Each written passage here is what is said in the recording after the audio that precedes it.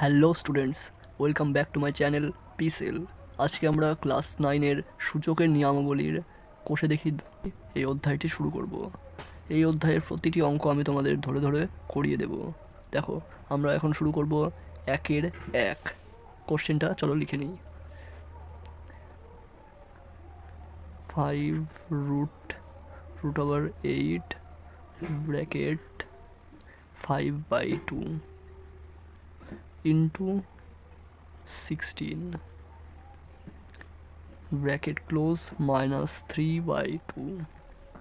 চলো আমরা প্রথমে এই অঙ্কটি করে নেব। প্রথমে এই অঙ্কে আমরা দেখতে পাচ্ছি রুটের ওপরে 5 লেখা আছে। এরকম যদি রুটের ওপরে যে কোনো সংখ্যা থাকে তাহলে সেটাকে আমরা 1/, হিসেবে লিখতে পারি। আর 8কে আমরা লিখতে পারি 2-এর ওপরে 3। 1/5 5/2, যেটা ব্র্যাকেট দিয়ে দেওয়া থাকবে ওটাকে আমরা ইন্টু করে দিব, ব্র্যাকেট তুলে দিয়ে ইন্টু চিহ্ন দিয়ে দিব। এরপরে 16কে আমরা লিখতে পারি 2^4। এরপরে ইন্টু দিয়ে -3/2।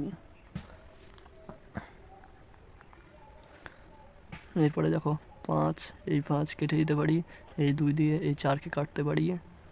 এবার 2-এর ওপরে পাওয়ার এখানে থাকলো 3/2 ইন্টু এই 2-এর ওপরে পাওয়ার থাকবে -6। আর আমরা সূচকের নিয়ম জানি, যদি বেস যদি সেম হয় তাহলে সূচকের সময় পাওয়ার যোগ হয়ে যায়। 3/2 প্লাস -6। এবার 3/2 মাইনাস আর প্লাসে -6। এরপরে 2 6 2 12।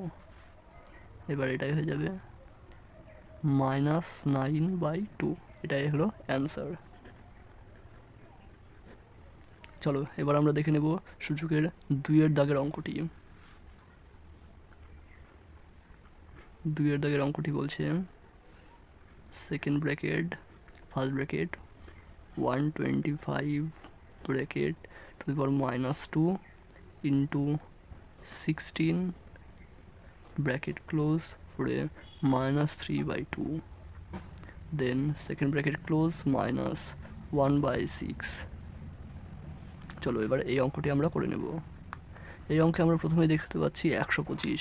আমরা 125কে আমরা লিখতে পারি 5-এর উপরে 3, এবং ব্র্যাকেট দিয়ে যেটা দেওয়া থাকে বাইরে, ব্র্যাকেটের বাইরে, সেটাকে আমরা পাওয়ার হিসেবে ধরতে পারি। আর সেই পাওয়ারটা ব্র্যাকেট তুলে দিলে মাইনাস হয়ে যায়, -2 ইন্টু দেন 16কে আমরা কি লিখতে পারি বলছিলাম 2-এর ওপরে 4। এই যে এরপরে ব্র্যাকেট তুলে দিয়ে যে পাওয়ারটা আছে সেটা গুণ করে দেবো, -3/2। এরপরে সেকেন্ড ব্র্যাকেট দিয়ে ব্র্যাকেটের বাইরে যেটা আছে সেটা পড়েই থাকবে। এর পরের লাইনে আমরা দেখে নেব 5-এর উপরে মাইনাস আর প্লাসে -3 2 6, এবং 2-এর উপরে পাওয়ারগুলো এই 2 দিয়ে এই 4কে কেটে দিতে পারি, 2 2 4, এবং এখানে হয়ে যাবে তাহলে 3 2 6। আর এখানে পাওয়ার কত থাকলো উপরে -1/6। এবার দেখো এই -1/6 পাওয়ারটা এই 5-এর উপরেও আছে এবং এই 2-এর উপরেও আছে। তাহলে আমরা এই পাওয়ারের সঙ্গে এটা গুণ করব, এই পাওয়ারটা এই পাওয়ারের সঙ্গে গুণ করব।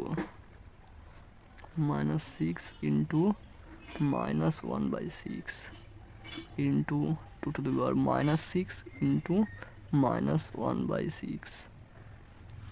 এরপরে দেখো, এরপরে এই 6 আর এই 6 কেটে গেল, তাহলে 5-এর ওপরে পাওয়ার কত হবে, মাইনাস করে +1, আর +1 আমরা লিখি না। আর 2-এর এখানে 6 কেটে গেল, মাইনাসে +1, এখানেও +1 লিখবো না। তাহলে কত হয়ে যাবে, 5 2 10। টি অ্যান্সার। আশা করছি তোমরা এই অঙ্কগুলো খুব সুন্দরভাবে বুঝতে পারছো। চলো এরপরে আমরা করে নেব 1-এর দাগের 3 নম্বর অঙ্কটি।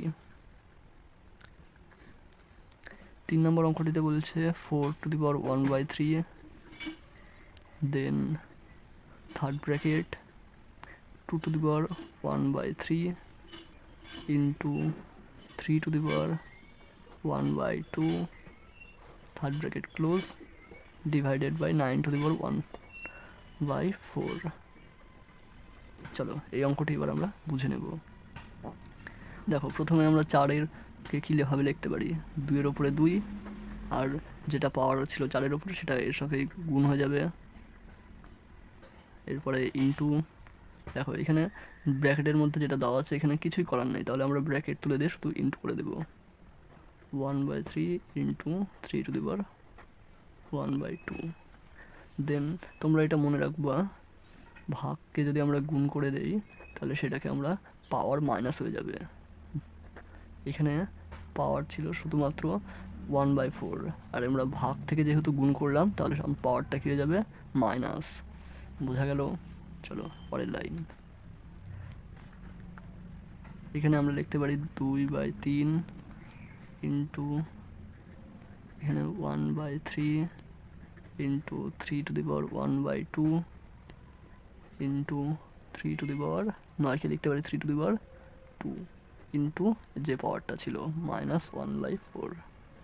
এটাকে কাটাকাটি করলে আমরা লিখতে পারি -1/2 হয়ে গেল এখানে। চলো এটাকে আর একবার লিখে নেই পুরো লাইনটাকে।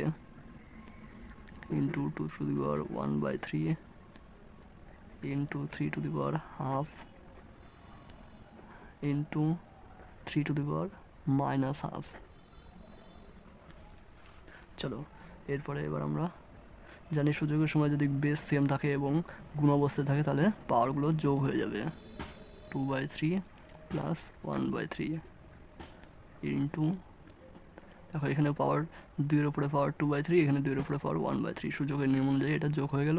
আর এখানে 3-এর উপরে পাওয়ার হাফ এবং এখানে 3-এর উপরে পাওয়ার -1/2, এটা যোগ করে দেবো।